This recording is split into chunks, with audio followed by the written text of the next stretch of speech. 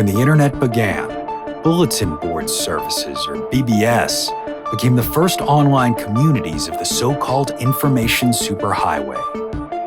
Using their phone lines, people logged in from all over America to talk about sports, games, movies, and on one BBS in particular, share their ghost stories.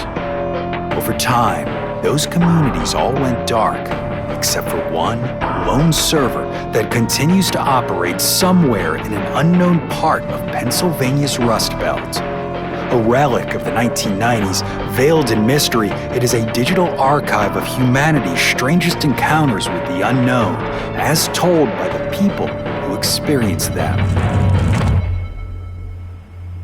My name is Brandon Schexnayder, and you are listening to Fear Daily.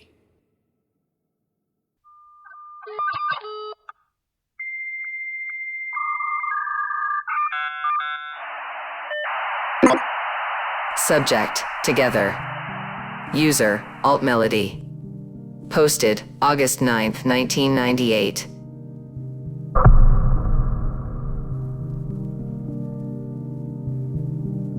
From the ages of 11 to 14, I used to have to spend summers at my aunt's house in Great Neck.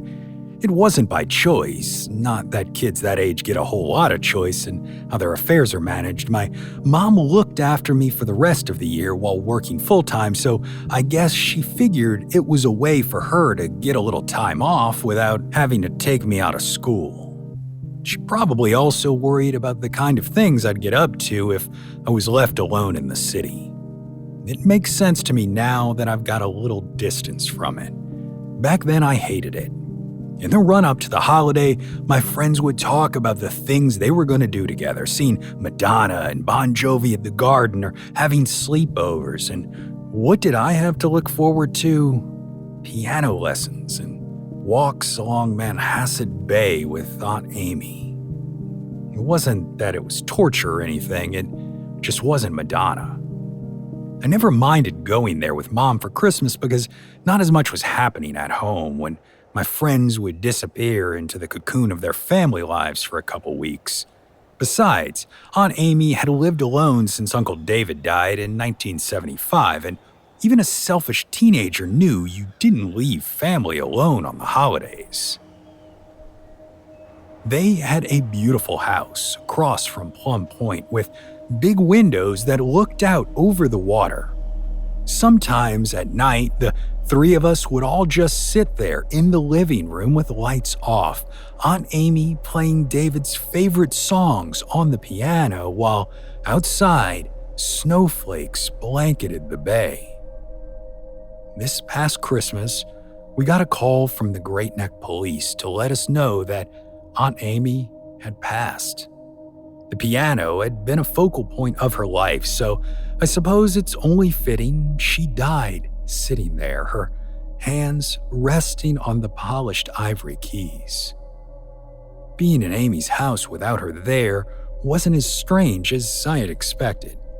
At least once during every visit, she'd run out to what had been David's favorite deli on Middle Neck Road and bring back dinner.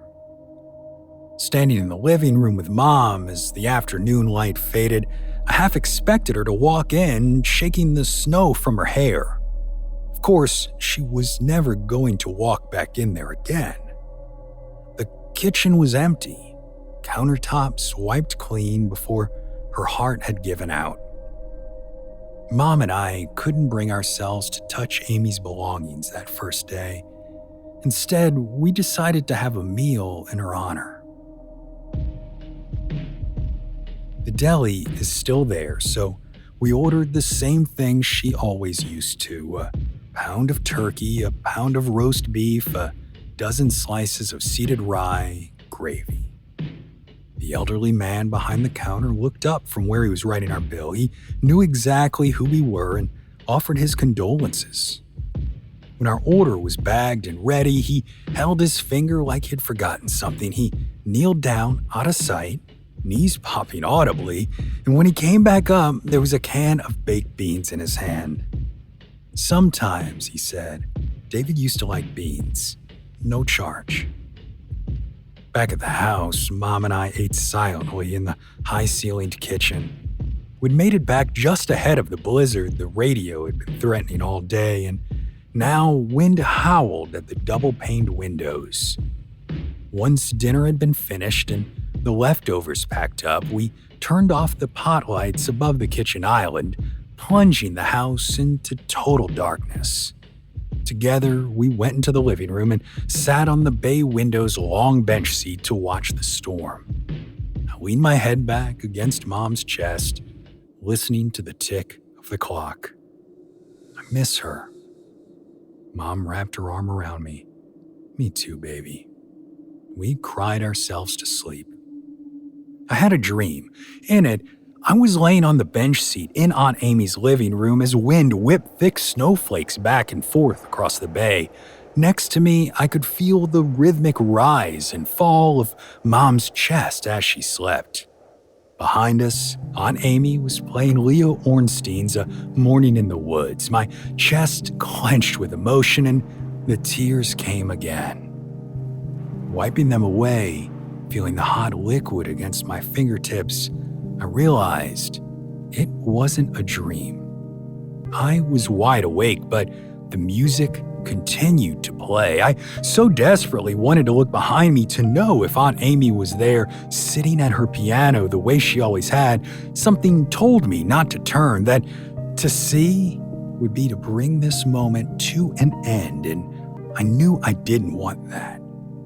Instead, I lay back on Mom, who shifted against me, getting comfortable again. Could she hear the music too? I wondered. Would she remember it all as a dream? I'd never ask. I breathed deeply, letting the music fill the silence as the three of us watched the snow fall one last time.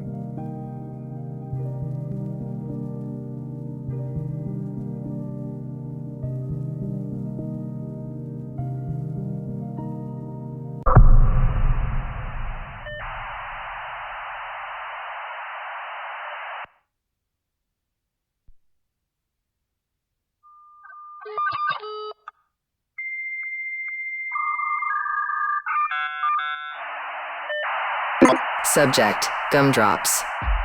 User, Quiet Witness. Posted, October 3rd, 1996.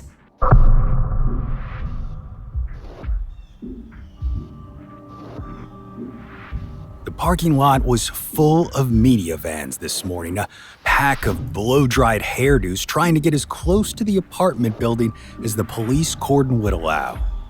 Word had spread quick. The Gumdrop killer strikes again. This time, he left behind more than his usual locked-door mystery. He left behind a living victim. Cops hated the whole Gumdrop killer name, so the fact it was their own fault is kind of funny. After details of the first couple killings broke in the news, residents of high-rise apartment towers found dead in their beds, poisoned by an unknown toxin, their eyeballs missing. A reporter from the Times had managed to catch one of the lead detectives when he was half in the bag. The reporter asked if the police had any idea what the killer wanted with the victim's eyes, to which the annoyed cop responded, "Maybe he eats them like fucking gumdrops, I don't know." The rest was history. Who am I? I'm nobody, unless you're a fan of comic books, in which case you might recognize my name as the inker on one of your semi-favorite series. If you're not familiar with my business, an inker is someone who interprets the original artist's graphite work and, you guessed it, ink. There's more to it, but I'm not here to give lessons on the finer points of the comic book industry. You've got Kevin Smith for that. I'm here because I'm one of only 2 people alive who's seen the Gumdrop killer. No, this isn't a confession. I'm not a killer of anything. It's hard for me to swat flies, since I've always figured they've got as much right to be around as I do. Lord knows, I wouldn't have made it out of short pants if the rules allowed for beating me to death as soon as I got annoying. The detective who interviewed me till sunup asked me not to speak to the media, and I won't. The last thing I need is that kind of attention. The only reason I'm posting this here is because if anything happens to me, I like the idea of my story not getting buried in some cardboard box at an LAPD lockup. Why would anything happen to me? Because the gumdrop killer saw me too, and I'm not convinced the cops can do much against something like that. I'll start at the beginning.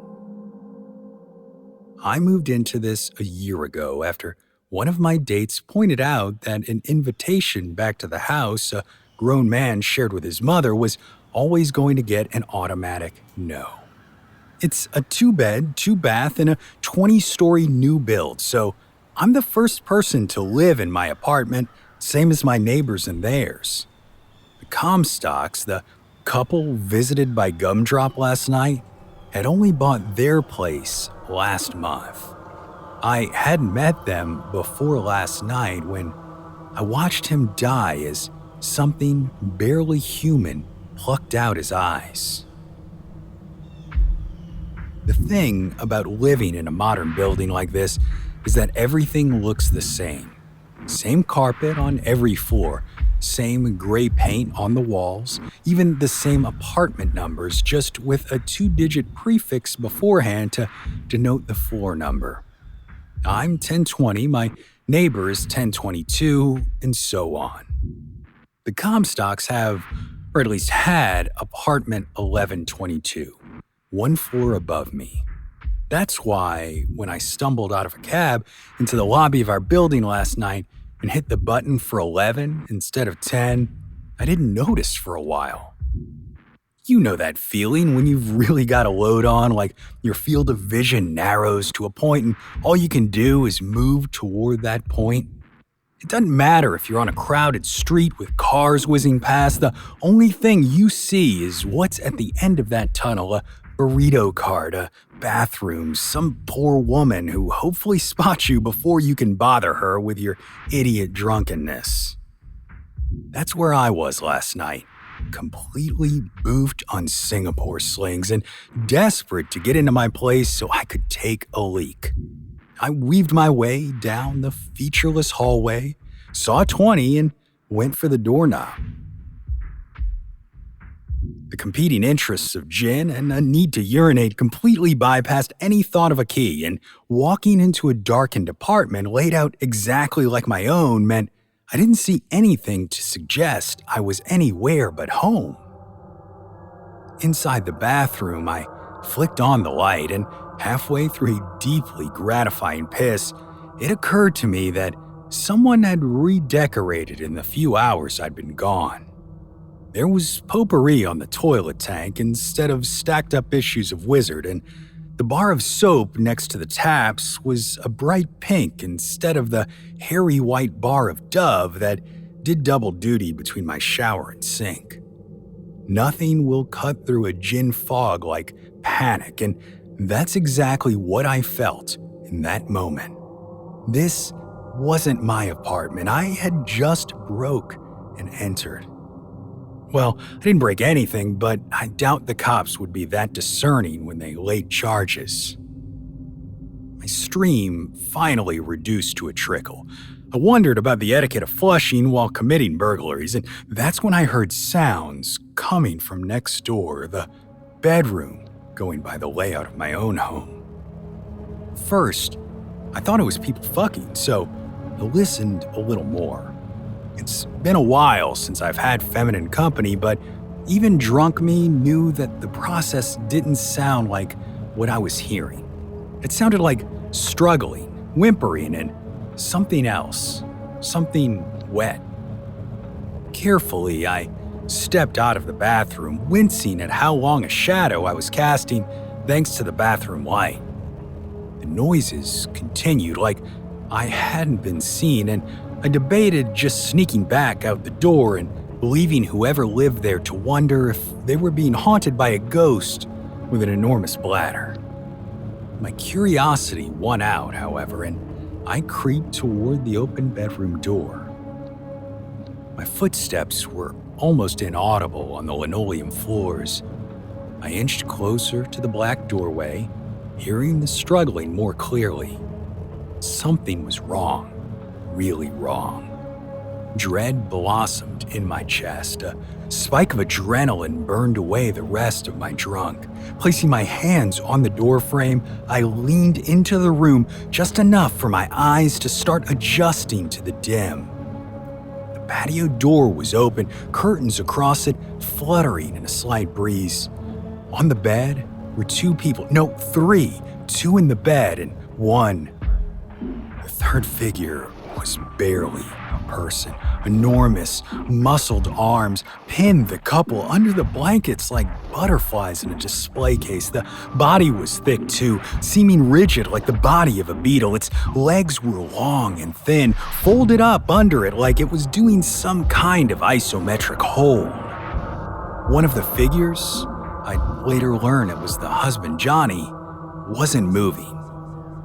The other, his wife Anne, was shaking side to side, losing power with every moment as the third figure's head got closer to her face. The more the curtains blew, the more the light of the city filtered in, outlining the tableau in front of me. Something emerged from the third figure's mouth, long and slick like a mosquito's proboscis. My stomach turned, threatening to announce my presence with a fire hose spray of slightly fermented Singapore sling. The rest of me was frozen. Turns out, that's the third F to fight or flight: freeze. All I could do was watch as the long, rubbery tube split into two, one settling on each of the struggling woman's eye sockets. There was that wet sound I'd first heard in the bathroom. I knew what it was now: sucking. The proboscis withdrew, tugging until the eyes popped right out, trailing long, thick cords of their own that could only be the optic nerves. The figure withdrew the proboscis quickly, snapping the stalks and sucking the stolen treats into its own mouth. I heard them popping wetly as it chewed. Oh, I thought dumbly, that's the gumdrop killer. Hey, that cop was right after all. Having that conscious thought brought me back to my body, and the first thing I did was scream.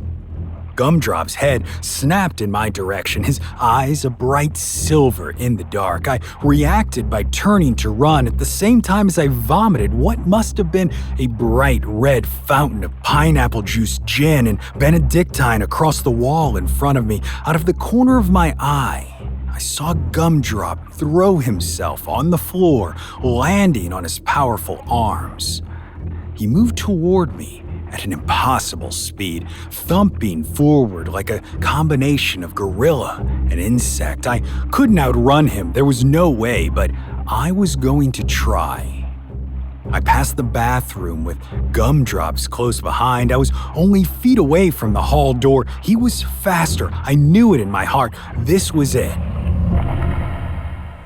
Instead of feeling Gumdrops landing on my back, I heard a grotesque, wounded cry, and I turned in time to see him scuttling back into the bedroom. Why wasn't he coming closer?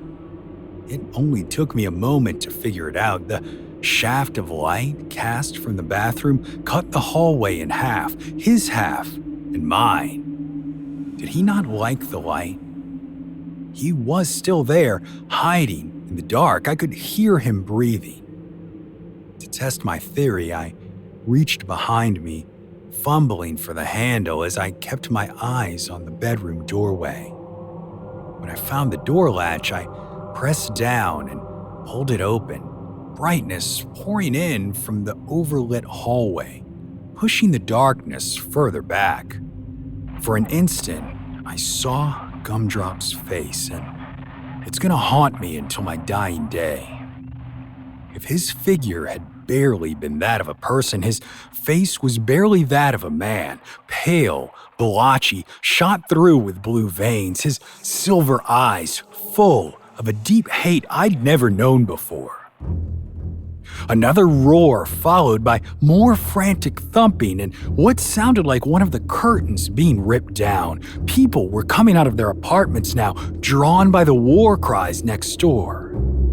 The cops were not far behind, and I was held on suspicion for a couple of hours.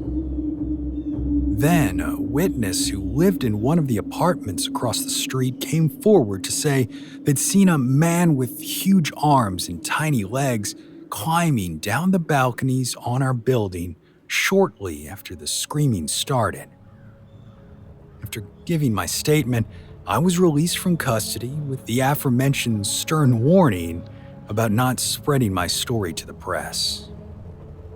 All the cops would tell me about Ann Comstock is that she survived the attack and had a crazy story about a monster kissing her husband before sucking out his eyes.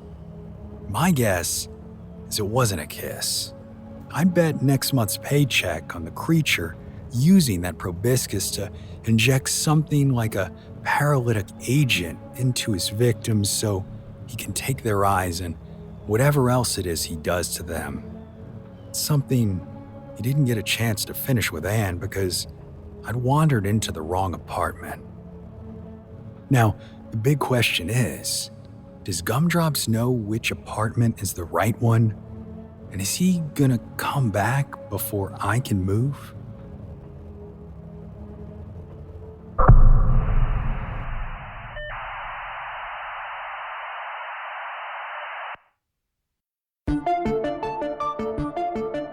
Fear Daily is an independent podcast hosted by Brandon Schexnayder and written by Brennan Storr, with Joanna Smith serving as the consulting editor, audio production by Rachel Boyd, and sound design by Southern Gothic Media. This podcast is a work of fiction. Names, characters, places, and incidents are either products of the author's imagination or are used fictitiously. Any resemblance to actual persons, living or dead, or to real events or locations, is entirely coincidental. Ad-free versions of Fear Daily are available now on your favorite podcast apps. For more information, visit feardaily.com. But move fast, before the server goes offline.